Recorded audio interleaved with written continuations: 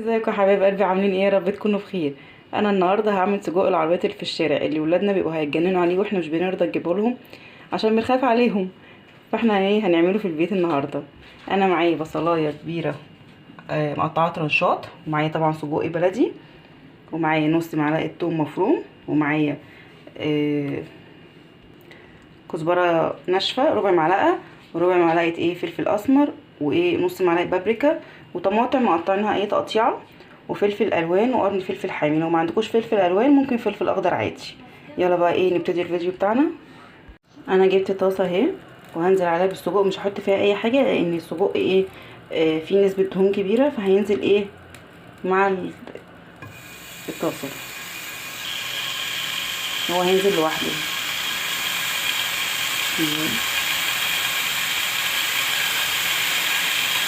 احنا هنشوحها كده او نديها صدمه. النار لازم تبقى عاليه عشان ما نوطيش النار، عشان السجق ما ينزلش ميته. اما ياخد لون معايا بقى هبتدي اقلبه على الجنب التاني، بس ياخد لون كده معايا، نشوف كده خد لون ولا لا. انا ما قطعتوش عشان لو قطعته دلوقتي هيفرول معايا لما يستوي. لو عايزين تقطعوه قطعوه،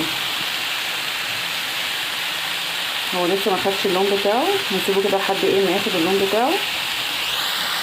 طبعا هي ريحه السجق اهي بدات تطلع معايا، بدا يتحمص شويه اهو. انا عايزه اللون ده، شايفين كده؟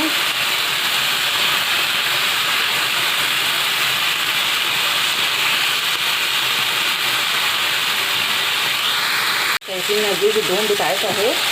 نقعد نقلب فيها كده كل شويه، لونها اهي بدا يغير يتحمر معايا.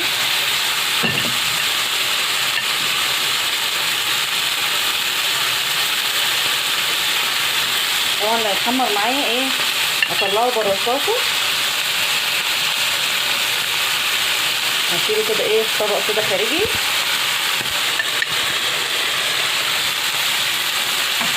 عشان احنا هنعمل كل المكونات بقى بتاعتنا بنفس السمنه بتاعت السجق.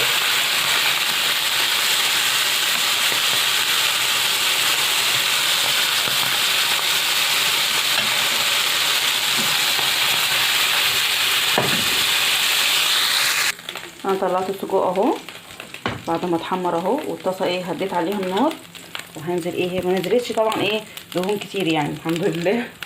هنزل كده بالبصله،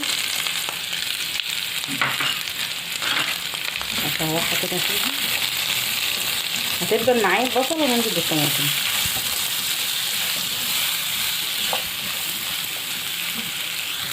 انا حطيت معلقه زيت لان ما شاء الله يعني السجق ما نزلش دهون كتير. الراجل الجزار عنده ضمير يا جماعه. فحطيت معلقه زيت بقى، وحطيت البصله اهي هتتبلها، وهنزل بنص معلقه الثوم. انا نزلت بالثوم اهو مع البصله. والله يا جماعه ريحه جميله، هو حاجه نضيفه برضو، احنا عارفين احنا عاملينها ازاي وجايبينها منين. بس ولادنا بقى بيحبوا بقى حاجه الحاجات التكاويه، احنا عارفين.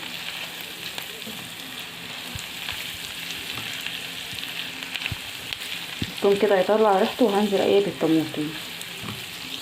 انا هنزل بالطماطم بقى، بسم الله. انا هسيب الطماطم بقى تتهرس كده مع البصلايه، هفرم زي المفروم كده يا جماعه، هتبقى طريه على الاخر، مش هسيبها كده صحيحه، زي ما بنسبك كده الطماطم. طبعا انا ما نزلتش بالملح خالص ولا باي توابل دلوقتي، لما الطماطميه تعمل كده معانا. وبرده مش هنحط ملح كتير لان السجق فيه ملح، او على حسب برده ما ندوق ونشوف الطعم هيبقى عامل ازاي.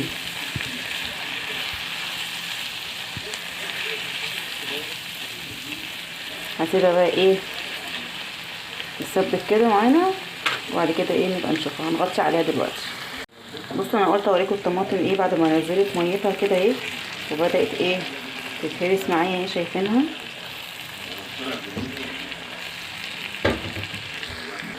كل ما تشوفيها تقعدي ايه تهرسي فيها كده لحد ما ايه تبقى دايبه كده معاكي. هي خلاص اتهرست معايا خالص اهي. انتوا لو عايزين تحطوا طماطم اكتر من كده حطوا.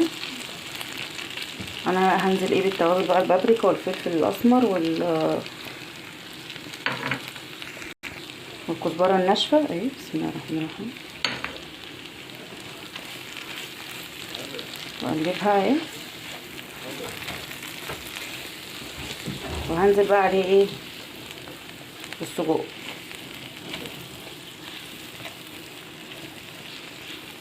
طبعا التوابل بتاعتها دي بتبقى جميله يا جماعه، وكمان الكزبره بتدي طعم حلو قوي. احنا مش هنحط توابل تاني عشان هي ايه السجق فيه توابله.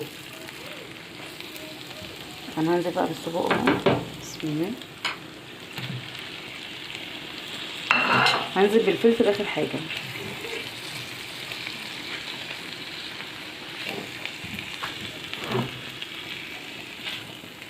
هنقلبها كده. هنزل بقى بالفلفل واشوحهم كده مع بعض.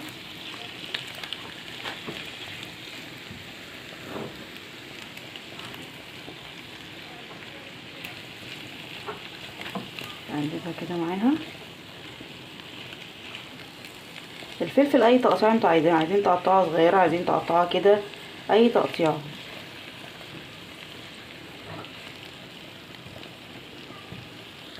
انا هنزل بنص كوبايه ميه بقى عشان ايه السجق بقى يستوي معانا. هغطي عليها وابقى افتح عليها بقى ايه اما يستوي.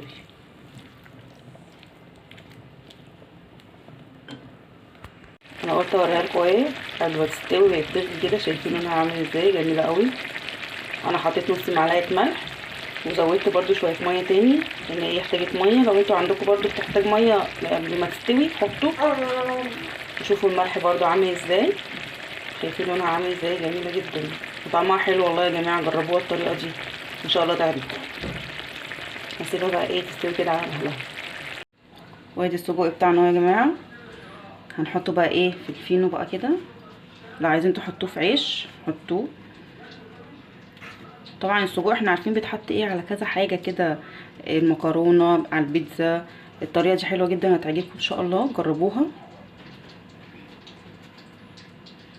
كده اهو.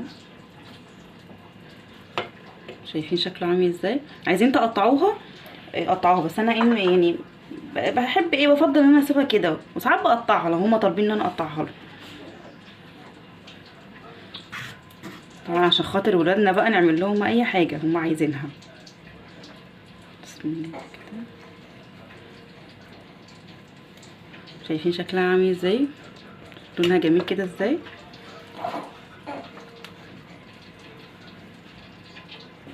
يا رب طريقتي في السجق تكون عجبتكم. ما تنسوناش بقى في اللايك والاشتراك وتفعلوا الجرس عشان يوصلكم كل فيديو جديد مننا. وابعتولي بقى في التعليقات. شايفين عامل ازاي. السلام عليكم ورحمه الله وبركاته.